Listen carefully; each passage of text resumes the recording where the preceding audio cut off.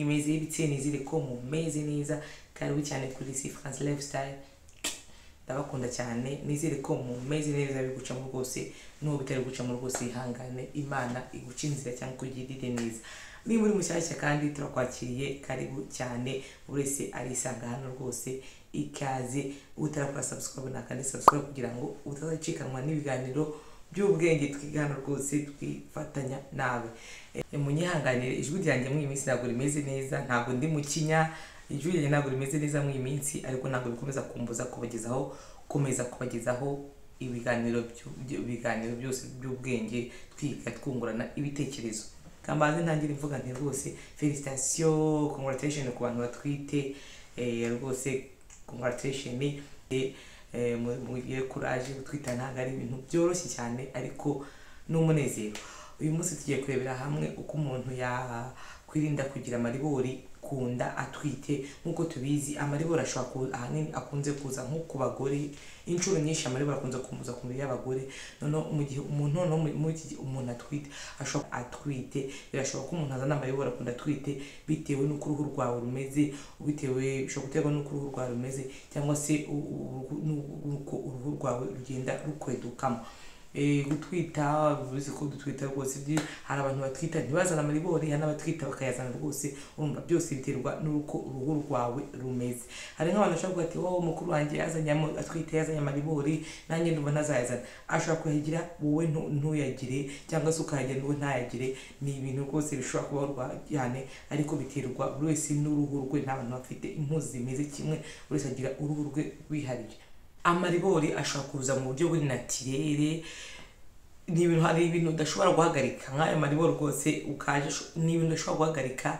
Ayo maribori ubwo yaje kunda, nta kintu kindi ushobora gukora apara gukomeza nyine gushyiraho tuvuta, ariko cyangwa se tw'uruwire kunda, ariko nta kindi kintu ushobora gukora rwose. Amaribori ashobora kuza mu buryo buri naturel, ukabona araje gutyo gusa bitewe n'uko uruhu rwawe rwareyagize, cyangwa se bitewe n'uko uruhu rwawe rurimo gukwedukamo. Ni ibintu bishoboka cyane, bishobora kubaho cyane.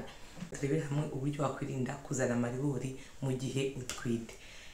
Umuntu atwite uruhu rwo kunda rugenda rukweduka.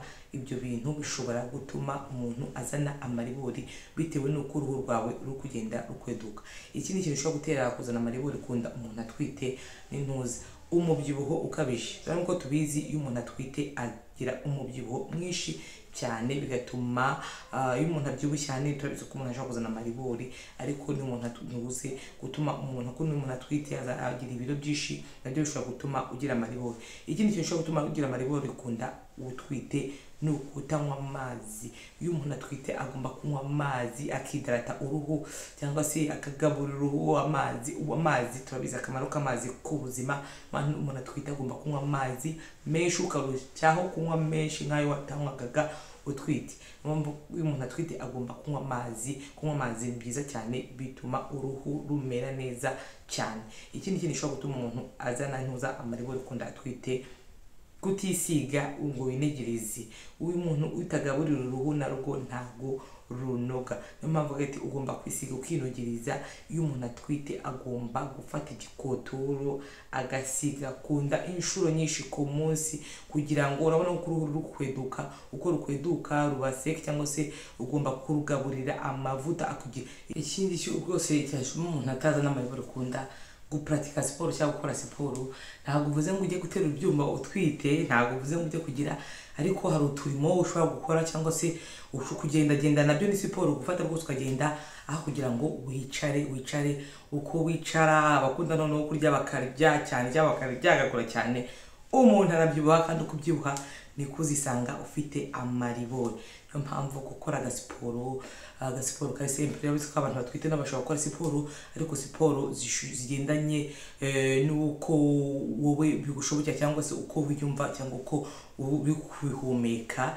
Hari ababyeyi bashobora gukora siporo, birashoboka, cyangwa se ukagenda gukora urugendo n'amaguru. Nabyo ni byiza cyane ku mugore utwite, bishobora kukurinda kugenda cyane, bishobora gutuma rwose tuvuge nk'urugero umuntu abizi nk'umuntu atwite ararya, turarya cyane pe, nk'umuntu aba ashonje ugaburira abantu babiri niba bari kurya, ariko nanone hari igihe umuntu ashyiraho limite cyangwa se ukarya biri ngombwa, ubundi bishobora gutuma wirinda kugira ibiro, kandi uko umuntu agira ibiro niko ushobora kugira amaribori.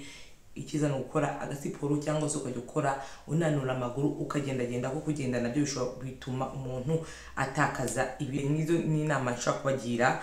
Mfite abana babiri, narabyaye, mfite abana babiri, kubw'amahirwe nta maribori mfite.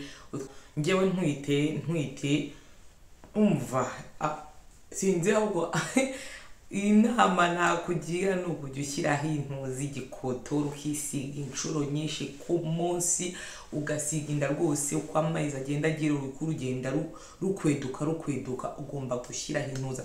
Ni kubw'amahirwe uruhu rwanjye rutandukanye n'urwawe, uruhu rwawe rutandukanye n'urw'undi muntu, rutandukanye n'urw'umuvandimwe wawe wundi.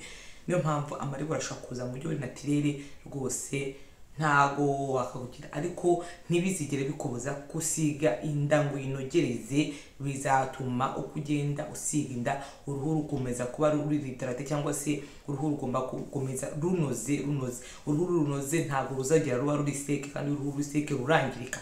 Uruhu iyo rwumagaye rurangirika, uko uruhu rugenda rukweduka rw'inda rugenda rukweduka, wagakwiye gukomeza gushyira igikotori kugira ngo rukomeze runoge, rugumane itsotso rwose, bikazatuma bigufasha mu gihe ukimara kubyara, bikazatuma uruhu rwose rugenda rusubirana neza cyane. Si kimwe nk'uko umuntu utayize akomeza gusiga inda ngo ayinogereze, bizaba bitandukanye kimwe n'umuntu wagize. Ikindi kandi nuko nyine nuko bimeze.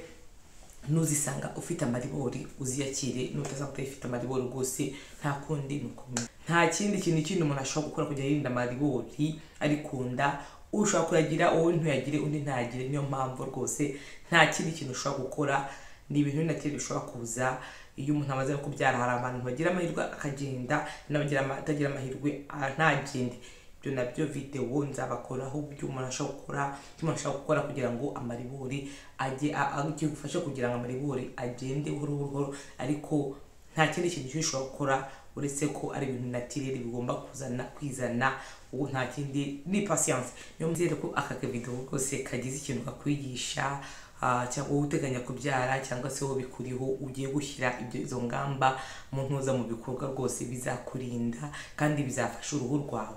Ikindi kandi niyo yaza nta kundi nuko nyine nuko ni natirere, ni ibintu nyine nuko bimeze, nta kundi babigenza.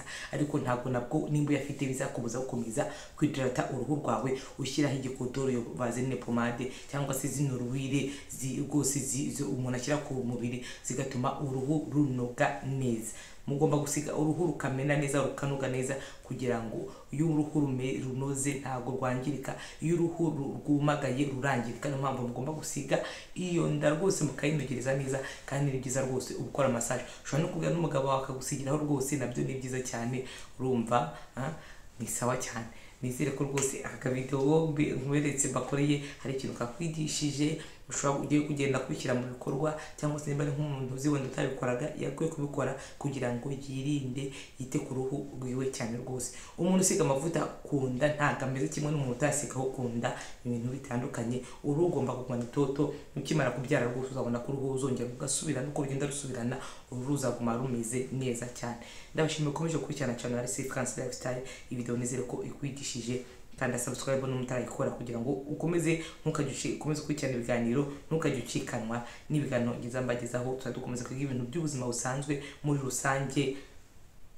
Ikindi kandi kwiga ntago bishira rwose, tugomba kwiga buri munsi, turiga experience z'ubuzima zigenda zitwigisha buri munsi.